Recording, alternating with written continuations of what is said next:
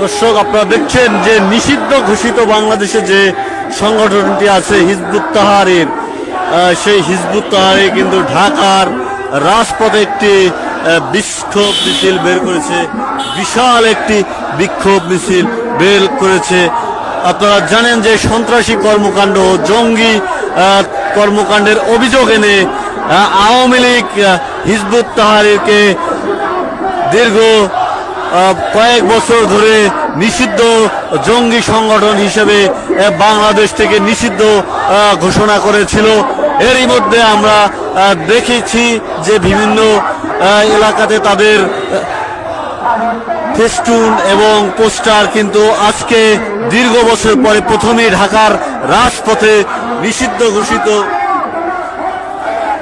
Hizb ut Tahrir, যেটি বাংলাদেশ সরকার কর্তৃক জঙ্গি তৎপরতার সাথে জড়িত থাকার অভিযোগে নিষিদ্ধ করা হয়েছিল, সেই সংগঠনটির আজকে সরাসরি ঢাকার রাজপথে পল্টন ময়দানে তারা একটি বিশাল বিক্ষোভ মিছিল নিয়ে কিন্তু তারা বের হয়েছে।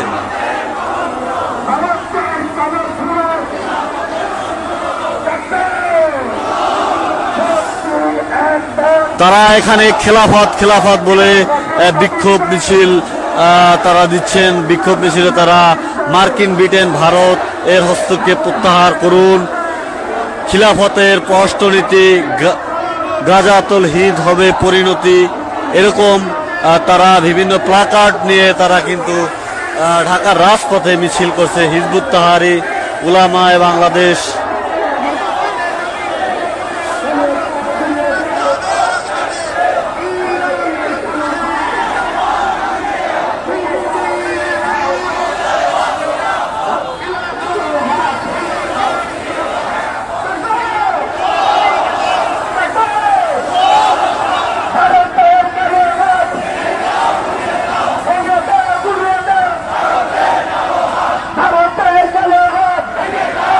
তাদের একটা বিশাল ব্যানার দেখছেন, মুক্তির এক পথ, খিলাফত খিলাফত।